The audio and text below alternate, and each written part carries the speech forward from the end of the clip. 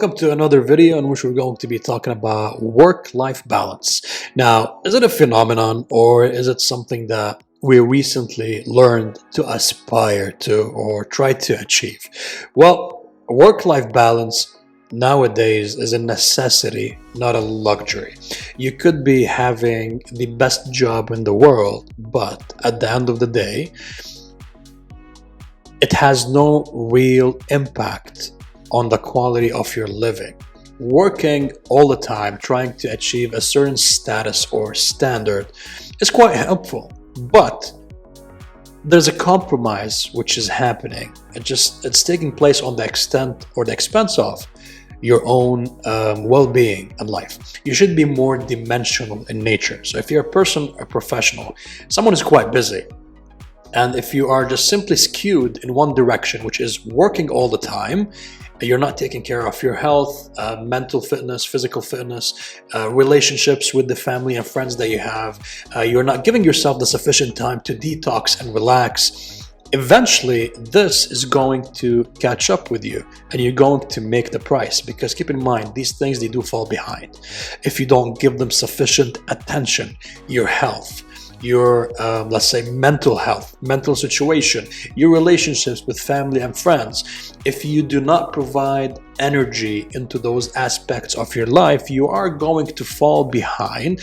And at the end of the day, let me break it to you, work never ends. There is something to be done all the time. If you keep looking for stuff to do in order to achieve more stuff in terms of work, you are going to find stuff that you're going to be occupied with. You should learn how to draw the line and find the balance in your life. So what defines work-life balance? Very simple.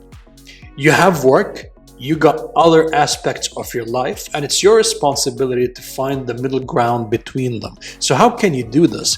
First of all, try to set or allocate reasonable working hours. Like working 12 hours a day, 14 hours a day, all of those norms, in my opinion, they're wrong. Your productivity levels as an individual could be from 4 to 6 hours tops. Then your energy level plummets, your concentration drops, and you're just simply sitting idle doing nothing.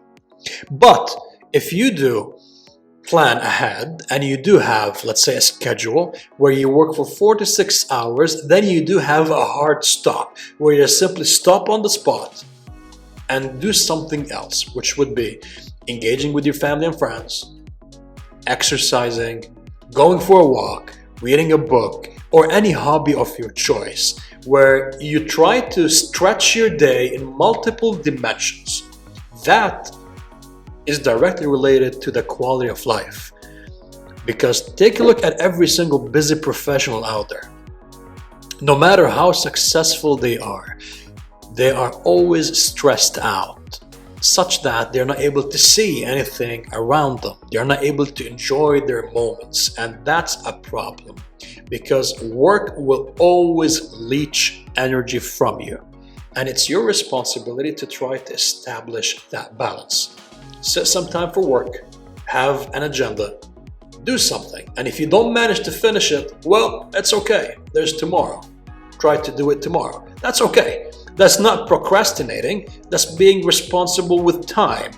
You're trying your best to accommodate something, but not on the expense of your health, physically, mentally, not on the expense of your relationships with your family, your friends, because those things, they're important to your life, to the quality of life. They form the building blocks that you need to set your life on. It's not just simply about work, where you have one dimension to your existence, which is the job that you have. There's time for work and there's time for other stuff, and you should learn how to draw the line.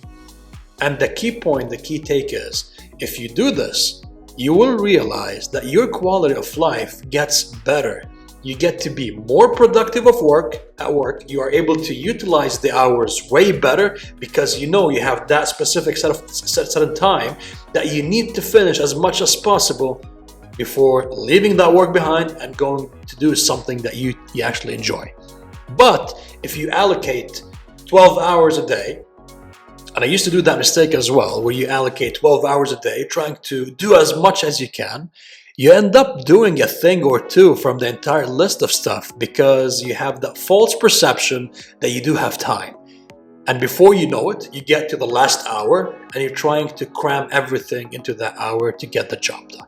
So it's counterproductive either way. Now, I truly hope that you found this current insight or video beneficial. Feel free to join our community of busy professionals who are trying to live a healthy and wealthy life. I'll see you in the upcoming video.